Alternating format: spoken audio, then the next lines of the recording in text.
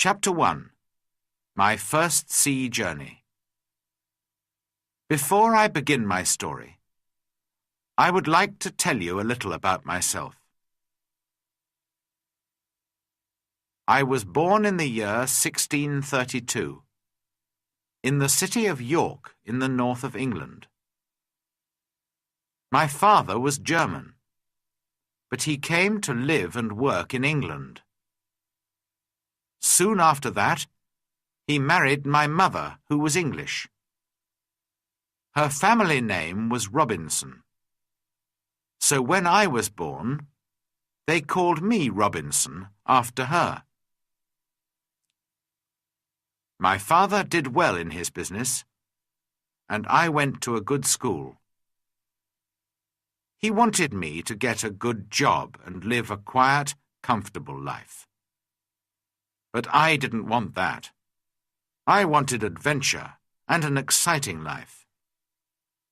I want to be a sailor and go to sea, I told my mother and father. They were very unhappy about this. Please don't go, my father said. You won't be happy, you know. Sailors have a difficult and dangerous life. And because I loved him, and he was unhappy, I tried to forget about the sea. But I couldn't forget. And about a year later, I saw a friend in town. His father had a ship, and my friend said to me, "We're sailing to London tomorrow. Why don't you come with us?" And so, on September the 1st, 1651, I went to Hull, and the next day we sailed for London. But a few days later, there was a strong wind. The sea was rough and dangerous, and the ship went up and down, up and down. I was very ill and very afraid. "Oh, I don't want to die," I cried. "I want to live. If I live, I'll go home and never go to sea again." The next day, the wind dropped, and the sea was quiet and beautiful again. "Well, Bob," my friend laughed, "how do you feel now? The wind wasn't too bad." "What?" I cried. "It was a terrible storm." "Oh, that wasn't a storm," my friend answered. "Just a little wind. Forget it. Come and have a drink." After a few drinks with my friend, I felt better. I forgot about the danger and decided not to go home. I didn't want my friends and family to laugh at me. I stayed in London for some time, but I still wanted to go to sea. So, when the captain of a ship asked me to go with him to Guinea in Africa, I agreed. And so I went to sea for the second time. It was a good ship, and everything went well at first, but I was very ill again. Then, when we were near the Canary Islands, a Turkish pirate ship came after us. They were famous thieves of the sea at that time.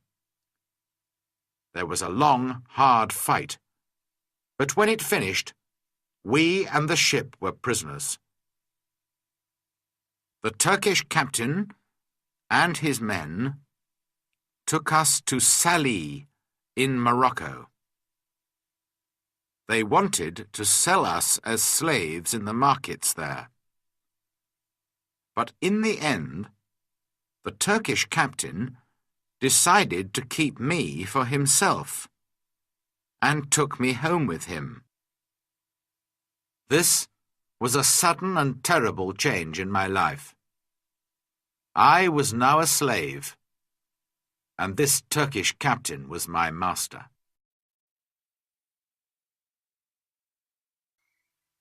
Chapter 2. Down the coast of Africa. For 2 long years, I lived the life of a slave.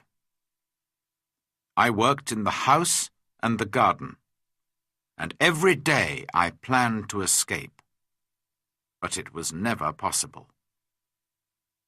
I thought about it day and night. My master liked to go fishing in a little boat, and he always took me with him. A man called Merle and a young boy also went with us. One day my master said to us, "Some of my friends want to go fishing tomorrow. Get the boat ready." So we put a lot of food and drink on the boat, and the next morning we waited for my master and his friends. But when my master arrived, he was alone. "My friends don't want to go fishing today," he said to me. "But you go with Merle and the boy, and catch some fish for our supper tonight." "Yes, master," I answered quietly. But inside I was excited. "Perhaps now I can escape," I said to myself. My master went back to his friends, and we took the boat out to sea. For a time we fished quietly, and then I moved carefully behind Merle and knocked him into the water. "Swim!" I cried. "Swim to the shore!" My master liked to shoot seabirds, and so there were guns on the boat. Quickly, I took one of these guns. Merle was swimming after the boat, and I shouted to him, "Go back to the shore! You can swim there. It's not too far. I won't hurt you, but if you come near the boat, I'll shoot you through the head." So Merle turned and swam back to the shore as quickly as he could. Then I said to the boy, "Zuri, if you help me, I'll be a good friend to you. If you don't help me, I'll push you into the sea too." But Zuri was happy to help me. "I'll go all over the world with you," he cried. I wanted to sail to the Canary Islands, but I was afraid to go too far from the shore. It was only a small boat, and so we sailed on south for some days. We had very little water, and it was dangerous country here, with many wild animals. We were afraid, but we often had to go on shore to get more water. Once I used a gun to shoot a wild animal. I don't know what animal it was, but it made a good meal. For about 10 or 12 days, we sailed on south, down the coast of Africa. Then, one day, we saw some people on the shore. Strange, wild people, who did not look friendly. By now, we had very little food, and we really needed help. We were afraid, but we had to go on shore. At first, they were afraid of us too. Perhaps white people never visited this coast. We did not speak their language, of course, so we used our hands and faces to show that we were hungry. They came with food for us, but then they moved away quickly. We carried the food to our boat, and they watched us. I tried to thank them, but I had nothing to give them. Just then, 2 big wild cats came down to the shore from the mountains. I think they were leopards. The people were afraid of these wild cats, and the women cried out. Quickly, I took a gun and shot one of the animals. The second wild cat ran back up into the mountains. Guns were new to these African people, and they were afraid of the loud noise and the smoke. But they were happy about the dead wild cat. I gave them the meat of the dead animal, and they gave us more food and water. We now had a lot of food and water, and we sailed on. 11 days later, we came near the Cape Verde Islands.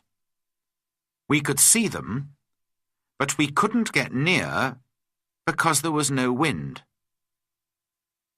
We waited. Suddenly, Zuri called to me, "Look, a ship!" He was right. We called and shouted and sailed our little boat as fast as we could. But the ship did not see us. Then I remembered the guns, which made a lot of smoke. A few minutes later, the ship saw us and turned. When we were on the ship, the Portuguese captain listened to my story. He was going to Brazil and agreed to help me, but he wanted nothing for his help.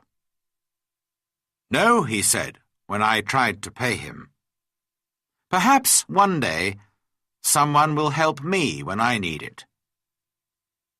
But he gave me money for my boat and for Zuri too. At first, I did not want to sell Zuri as a slave, after all our dangerous adventures together. But Zuri was happy to go to the captain. And the captain was a good man. "In 10 years' time," he said, "Zuri can go free." When we arrived in Brazil 3 weeks later, I said goodbye to the captain and Zuri, left the ship, and went to begin a new life. Chapter 3. The Storm and the Shipwreck. I stayed in Brazil and worked hard for some years. By then I was rich, but also bored. One day, some friends came to me and said, "We're going to Africa to do business. Why don't you come with us? We'll all be rich after this journey." How stupid I was. I had an easy, comfortable life in Brazil, but of course I agreed. And so, in 1659, I went to sea again. At first, all went well, but then there was a terrible storm. For 12 days the wind and the rain didn't stop. We lost 3 men in the sea, and soon the ship had holes in its sides. "We're all going to die this time," I said to myself. Then one morning, one of the sailors saw land. But the next minute, our ship hit some sand just under the sea. The ship could not move, and we were really in danger now. The sea was trying to break the ship into pieces, and we had very little time. Quickly, we put a boat into the sea and got off the ship. But the sea was very rough, and our little boat could not live for long in that wild water. Half an hour later, the angry sea turned our boat over, and we were all in the water. I looked round for my friends, but I could see nobody. I was alone. That day I was lucky, and the sea carried me to the shore. I could not see the land, only mountains of water all around me. Then, suddenly, I felt the ground under my feet. Another mountain of water came, pushed me up the beach, and I fell on the wet sand. At first, I was very thankful to be alive. Slowly, I got to my feet and went higher up the shore. From there, I looked out to sea. I could see our ship, but it was wrecked, and there was nobody near it. There was nobody in the water. All my friends were dead. I was alive, but in a strange, wild country, with no food, no water, and no gun. It was dark now, and I was tired. I was afraid to sleep on the shore. Perhaps there were wild animals there. So I went up into a tree, and I stayed there all night. Chapter 4. A New Life on an Island. When day came, the sea was quiet again.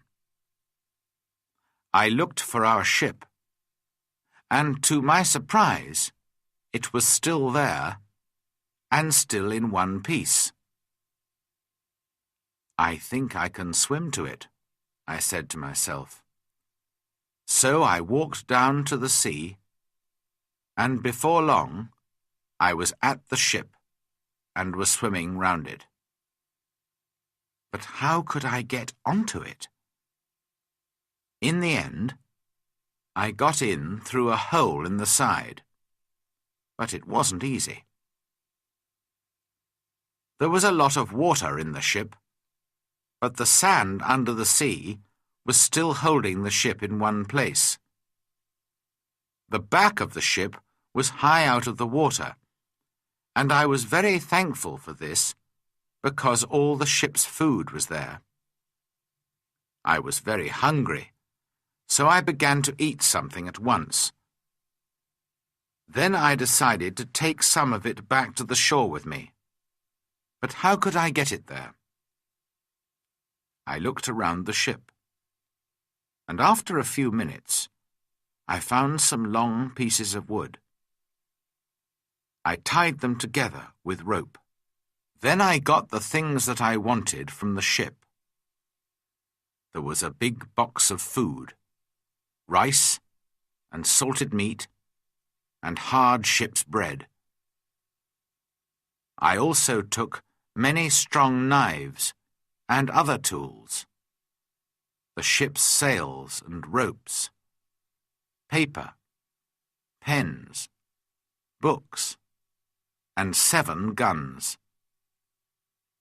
Now I needed a little sail from the ship, and then I was ready. Slowly and carefully, I went back to the shore. It was difficult to stop my things from falling into the sea, but in the end, I got everything onto the shore. Now I needed somewhere to keep my things. There were some hills around me, so I decided to build myself a little house on one of them. I walked to the top of the highest hill and looked down. I was very unhappy, because I saw then that I was on an island. There were 2 smaller islands a few miles away, and after that, only the sea. Just the sea, for mile after mile after mile. After a time, I found a little cave in the side of a hill. In front of it, there was a good place to make a home. So I used the ship's sails, rope, and pieces of wood. And after a lot of hard work, I had a very fine tent. The cave, at the back of my tent, was a good place to keep my food, and so I called it my kitchen. That night, I went to sleep in my new home. The next day, I thought about the possible dangers on the island. Were there wild animals? And perhaps wild people, too, on my island? I didn't know, but I was very afraid. So I decided to build a very strong fence. I cut down young trees and put them in the ground, in a half circle around the front of my tent. I used many of the ship's ropes too, and in the end my fence was as strong as a stone wall. Nobody could get over it, through it, or round it. Making tents and building fences is hard work. I needed many tools to help me. So I decided to go back to the ship again and get some more things. I went back 12 times, but soon after my 12th visit, there was another terrible storm. The next morning, when I looked out to sea, there was no ship. When I saw that, I was very unhappy. Why am I alive? And why are all my friends dead? I asked myself. What will happen to me now, alone on this island without friends? How can I ever escape from it? Then I told myself that I was lucky. Lucky to be alive. Lucky to have food and tools. Lucky to be young and strong. But I knew that my island was somewhere off the coast of South America. Ships did not often come down this coast, and I said to myself, I'm going to be on this island for a long time. So, on a long piece of wood, I cut these words. I came here on the 30th of September, 1659. After that, I decided to make a cut for each day. Chapter 5. Learning to live alone. I still needed a lot of things. Well, I said, I'm going to have to make them. So every day I worked. First of all, I wanted to make my cave bigger. I carried out stone from the cave, and after many days' hard work, I had a large cave in the side of the hill. Then I needed a table and a chair, and that was my next job. I had to work on them for a long time. I also wanted to make places to put all my food and all my tools and guns. But every time I wanted a piece of wood, I had to cut down a tree.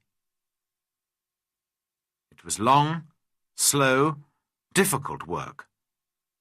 And during the next months, I learnt to be very clever with my tools. There was no hurry. I had all the time in the world. I also went out every day, and I always had my gun with me.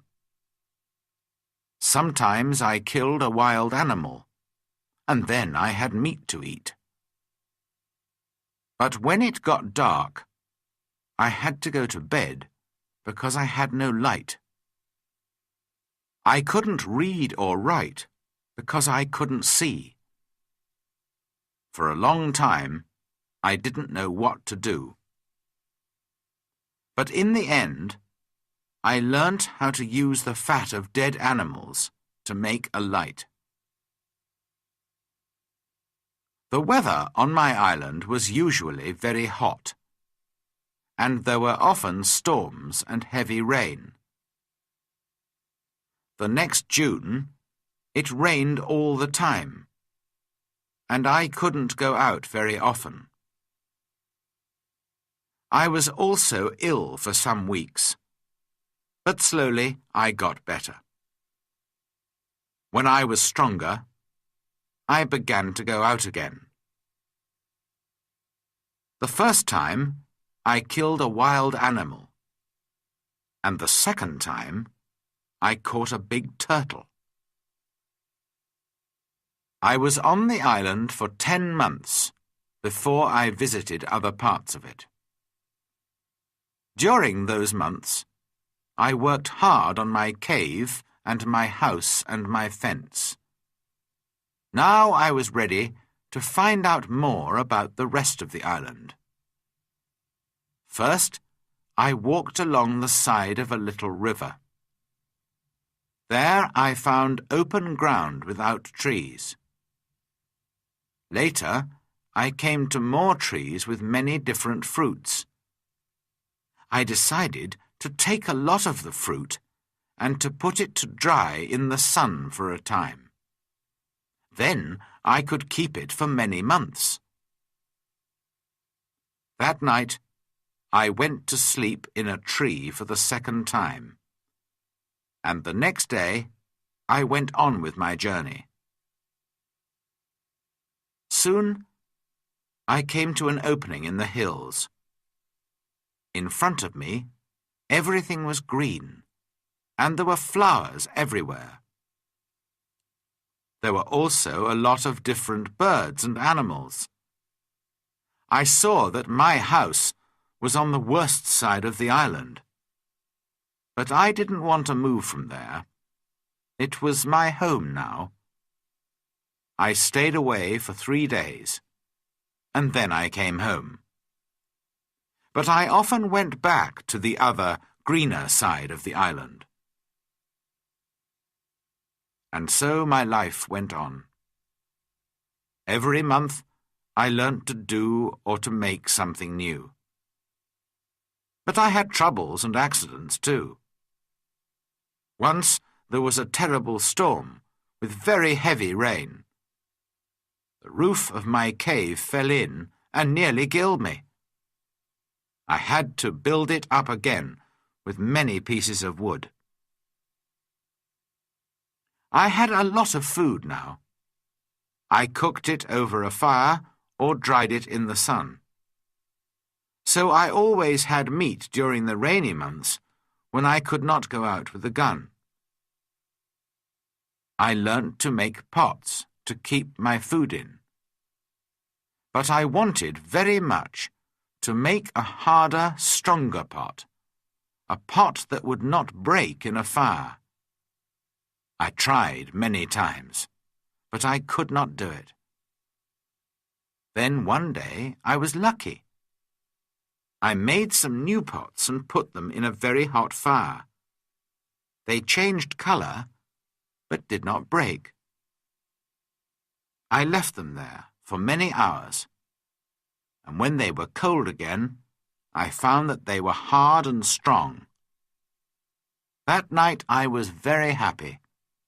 I had hot water for the first time on the island. By then, I also had my own bread. That was luck too. One day I found a little bag. We used it on the ship to keep the chickens' food in. There was still some of the food in the bag, and I dropped some of it onto the ground. A month later, I saw something bright green there. And after 6 months, I had a very small field of corn. I was very excited. Perhaps now I could make my own bread. It was easy to say, but not so easy to do.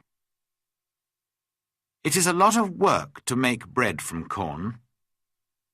Many people eat bread, but how many people can take corn from a field and make bread out of it without help? I had to learn, and to make many new things, and it was a year before I cooked and ate my first bread. During all this time, I never stopped thinking about escape. When I travelled across to the other side of the island, I could see the other islands, and I said to myself, perhaps I can get there with a boat. Perhaps I can get back to England one day. So I decided to make myself a boat. I cut down a big tree, and then began to make a long hole in it.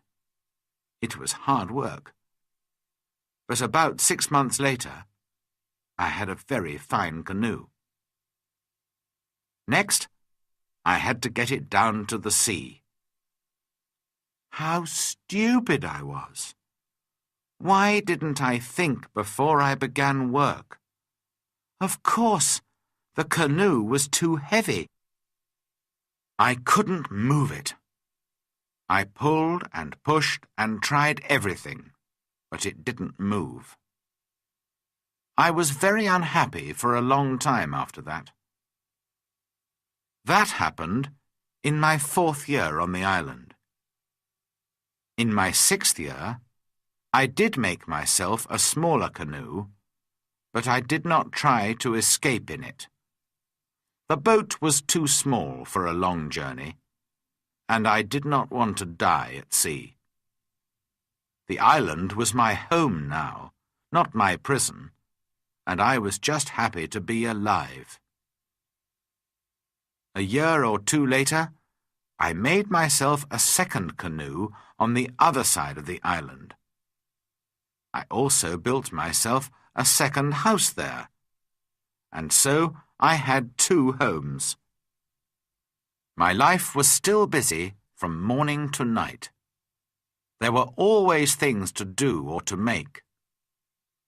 I learnt to make new clothes for myself from the skins of dead animals.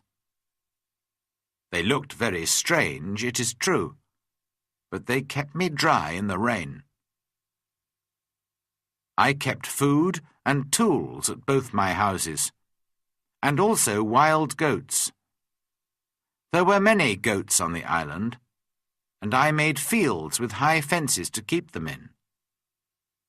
They learnt to take food from me, and soon I had goat's milk to drink every day. I also worked hard in my cornfields, and so many years went by. Chapter 6. A Footprint. Then, one year, something strange and terrible happened. I often walked along the shore, and one day I saw something in the sand.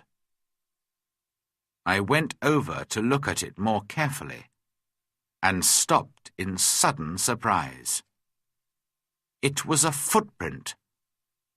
The footprint of a man. Who could this be? Afraid, I looked around me.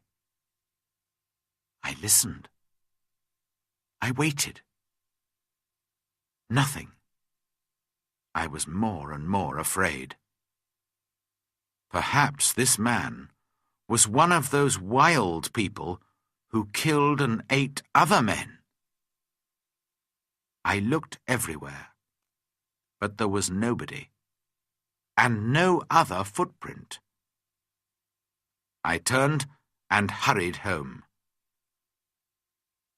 "There's someone on my island," I said to myself. "Perhaps he knows about me.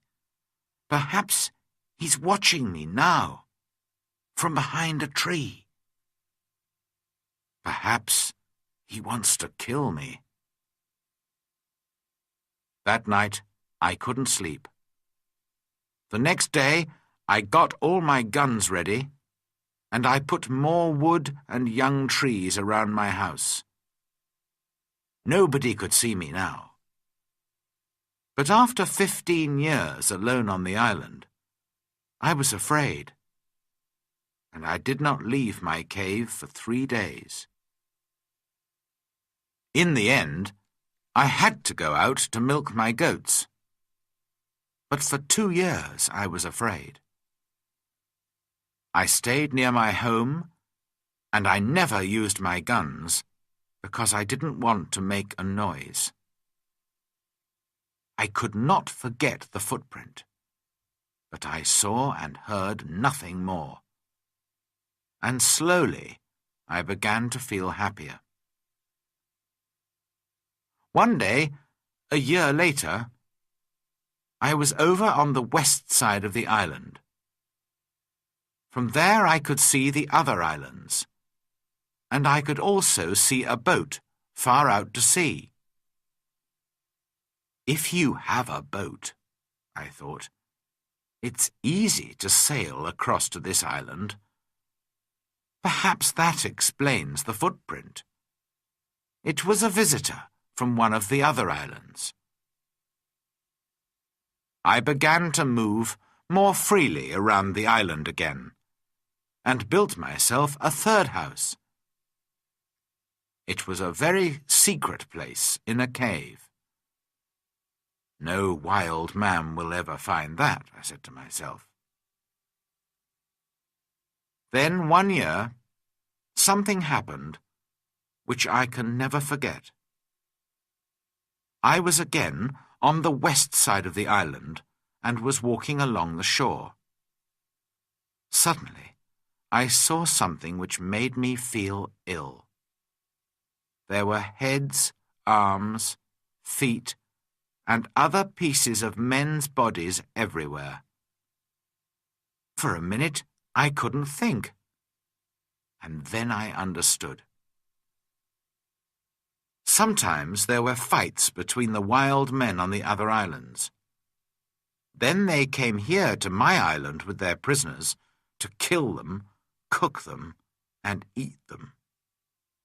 Slowly, I went home, but I was very angry. How could men do this? For many months, I watched carefully for the smoke from fires, but I didn't see anything. Somehow, the wild men came and went, and I never saw them. I was angry and afraid. I wanted to shoot them all. But there were many of them, and only one of me. Perhaps I can shoot 2 or 3, I said to myself. But then they will kill and eat me. Then, one morning in my 23rd year on the island, I was out in my fields, and I saw the smoke from a fire. Quickly, I went up the hill to watch. There were 9 men around the fire, and they were cooking their terrible food. Then these wild men danced round the fire, singing and shouting. This went on for about 2 hours, and then they got into their boats and sailed away. I went down to the shore and saw the blood of the dead men on the sand. The next time they come, I'm going to kill them, I said angrily. Chapter 7. Man Friday. For 2 years, I never went anywhere without my gun.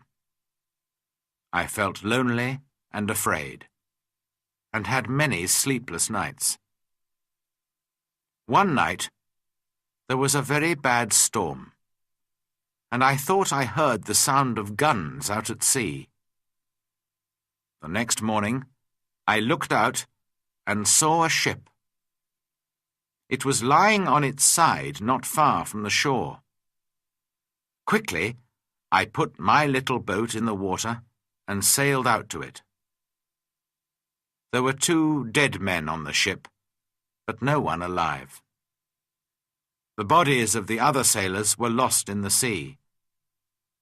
I took some clothes and tools, and also a box of Spanish gold and silver money. I was a rich man now, but what use was money to me? I could not buy anything with it. I wanted people, a friend, somebody to talk to, somebody who could help me escape from my island. One morning, I woke up and made a plan. I'll try to catch one of the prisoners of the wild men, I said to myself. He'll be happy to be alive, and perhaps he'll help me to escape. I watched day and night, but for 1.5 years there were no boats. Then one day 5 boats came. There were about 30 men, and they had 2 prisoners. They made their fire on the sand and danced round it. Then they killed one of the prisoners and began to cook their terrible meal. The second prisoner waited under the trees, with 2 men to watch him. Suddenly, the prisoner turned and ran. The 2 men ran after him, but the other wild men were busy round the fire and did not see what was happening. The prisoner ran like a wild goat, and soon I saw that he was coming near the bottom of my hill. As fast as I could, I ran down the hill and jumped out of the trees between the prisoner and the 2 wild men. I hit the first man with the wooden end of my gun, and he fell down, but I had to shoot the second man. The poor prisoner did not move. He was afraid of the noise of my gun. I called to him and tried to show him that I was friendly. Slowly, he moved nearer to me. But just then, the first wild man began to get up from the ground. Then the prisoner spoke, and I understood that he wanted my sword. How happy I was to hear words again. I gave him my sword, and at once he cut off the head of his enemy. Hurriedly, we hid the dead bodies under some leaves, and then left quickly. I took my prisoner to my secret cave on the other side of the island, and gave him food and drink. After that, he went to sleep. He was a fine young man, about 25 years old, tall and well-built, with a kind face and a nice smile. He had a brown skin, black hair, bright eyes, and strong white teeth. I decided to give him the name of Man Friday, because I first saw him on a Friday. When he woke up in the morning, he ran out to me. I was milking my goats in the field, and he got down on the ground and put his head near my foot. I understood that he was thanking me, and I tried to show him that I was his friend. I began to teach him to speak English, and soon he could say his name, master, and yes and no. How good it was to hear a man's voice again. Later that day, we went back to my first house. We went carefully along the beach, but there were no boats and no wild men. Just blood and bones all over the sand. I felt ill, but Friday wanted to eat the pieces of men's bodies which were still on the ground. I showed him that this was terrible for me, and he understood. When we got to my house, I gave Man Friday some trousers, and I made him a coat and a hat. He liked his new clothes very much. Then I made him a little tent to sleep in. But for a few weeks, I always took my gun to bed with me. Perhaps Friday was still a wild man, and would try to kill me in the night. At first, Friday was very afraid of my gun. Sometimes he talked to it and asked it not to kill him. Friday was a quick learner, and his English got better day by day. He helped me with the goats and with the work in the cornfields, and soon we were good friends.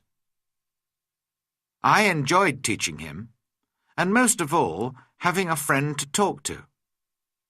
This was the happiest of all my years on the island. Friday and I lived together happily for 3 years.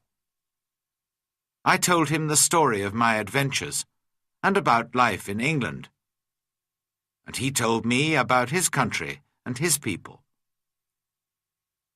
One day we were at the top of the highest hill on the island, and we were looking out to sea.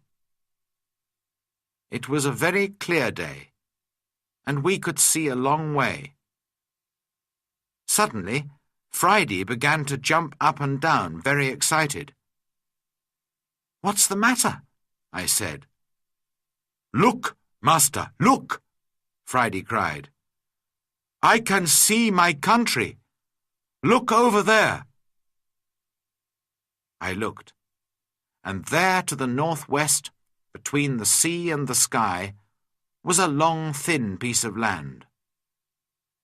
I learnt later that it was the island of Trinidad, and that my island was in the mouth of the river Orinoco on the north coast of South America. I began to think again about escape. Perhaps Friday wanted to go home too. Perhaps together we could get to his country. But what then? Would Friday still be my friend, or would his people kill me and eat me? I took Friday to the other side of the island and showed him my big canoe. It still lay under the trees. It was very old now, and there were holes in the wood. "Could a boat like this sail to your country, Friday?" I asked him. "Oh, yes," he answered. "A boat like this can carry a lot of food and drink." "Then we'll make another canoe like it, and you can go home in it," I said. But Friday looked very unhappy. "Why are you angry with me?" he asked. "What have I done? Why do you want to send me home?" "But I thought you wanted to go home," I said. "Yes, but you must come with me. Kill me if you want, but don't send me away from you." Then I saw that Friday was a true friend, and so I agreed to go with him. We began work on the canoe at once. Friday chose the tree himself. He understood wood better than I did, and we cut it down. We worked hard, and in a month the boat was finished. 2 weeks later, it was in the sea, and we began to get ready for our long journey. Chapter 8. Escape from the Island. I was now in my 27th year on the island, and I did not want to be there for another year. We worked hard to get the corn in and to make a lot of bread. We had dried fruit and salted meat, and big pots to keep water in. One evening, Friday went out to look for a turtle for meat and eggs. But in less than an hour he was back, and he looked very afraid. "Master! Master!" he cried. "There's a great ship near the island, and men are coming to the shore in a boat." I jumped up and ran with him down to the shore. To my great surprise, I saw that it was an English ship. But why was it here? English ships never came this way. Perhaps they were pirates. "Don't let them see you, Friday," I called. "We'll hide in the trees and watch." There were 11 men in the boat, but 3 of them were prisoners. Their arms were tied with rope, but their legs were free and they could walk. The other sailors pushed the 3 prisoners up the beach, laughing and shouting and hitting them. Then some of them sat down on the sand and began to drink. Others walked away to look at the island, and 2 men stayed to watch the boat. The 3 prisoners walked slowly along the beach and sat down under a tree not far from us. They looked very unhappy. Very quietly, I came up behind them through the trees and called out to them in English. "Don't be afraid," I said. "I'm an Englishman. Perhaps I can help you." The 3 men turned and looked at me. They did not answer at once. They were too surprised. Perhaps they thought I was a wild man myself, in my strange homemade clothes of animal skins, and with my long hair and beard. Then the oldest man spoke. "I am the captain of that ship," he said, "and these 2 men are my first and second officers. Last night there was a mutiny, and the seamen took the ship from me. Now they're going to leave the 3 of us here to die on this island." "Do these mutineers have guns?" "Only 2, he answered, "and they've left those on the boat." "All right," I said. "We'll fight them. But if we get your ship back for you, you must take me back to England." The captain agreed immediately, and thanked me very warmly for my help. Friday ran back to my house to get all the guns, and the captain and I made a plan. The first part was easy, because the seamen were not ready for a fight. We shot the 2 men at the boat, and the captain shot another man. This man, Tom Smith, was the worst of them all, and he began the mutiny on the ship. Then the captain talked to the other 5 men, and they agreed to help him. They did not really want to be mutineers, but they were afraid of Tom Smith. "Now," I said to the captain, "we must get back your ship. How many men are on it?" 26, the captain replied. "And they will fight hard because they won't want to go home. It is death for all mutineers in England. But not all the men are bad. I'm sure that some of them will help me." Just then we saw another boat which was coming from the ship to the shore.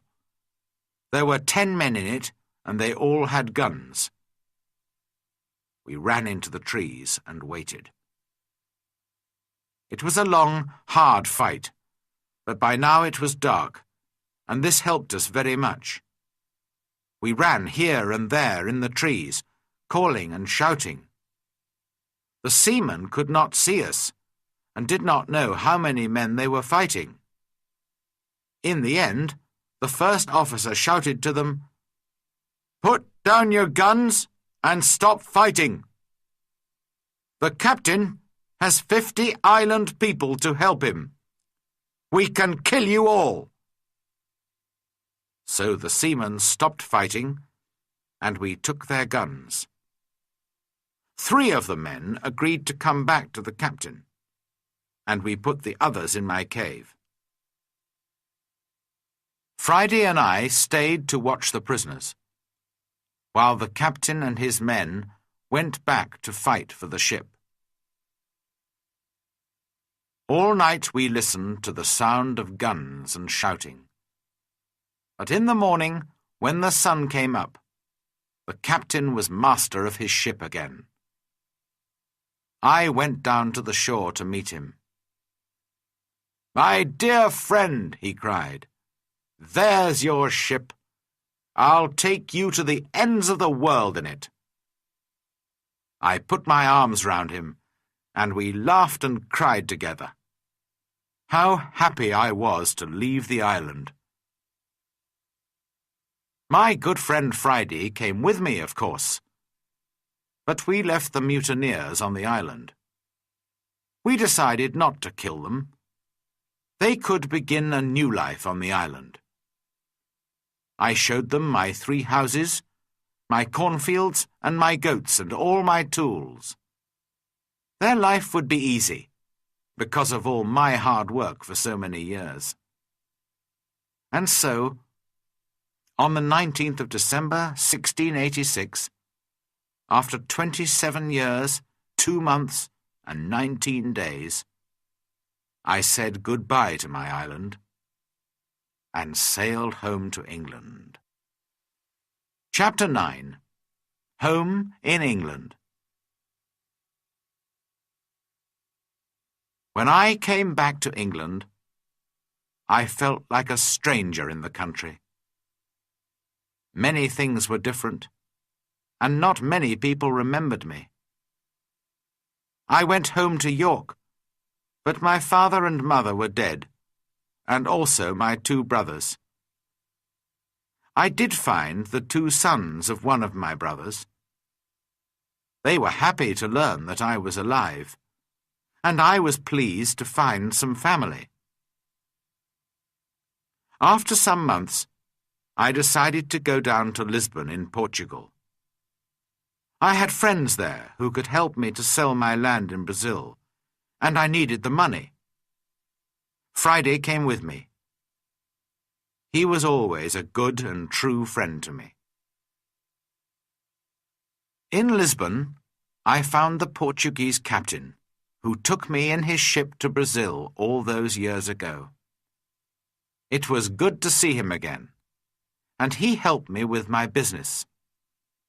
Soon I was ready to go home again, by land. No more adventures and dangers by sea for me. It was a long, hard journey. We had to cross the mountains between Spain and France in winter, and the snow was deep. Poor Friday was very afraid of the snow. In his country it was always hot, and he did not like cold weather. Back in England, I found a house and began to live a quiet life. My 2 nephews came to live with me. The younger one wanted to be a sailor, and so I found him a place on a ship. After a while I married and had 3 children, 2 sons and a daughter. Then my wife died, and my nephew, who was now the captain of a ship, came home to see me. He knew that I did not really like a quiet life. "I have a fine ship, Uncle," he said. I'm going out to the East Indies, India, Malaya, the Philippines. Why don't you come with me?" And so, in 1694, I went to sea again, and had many more adventures. Perhaps, one day, I'll write another book about them.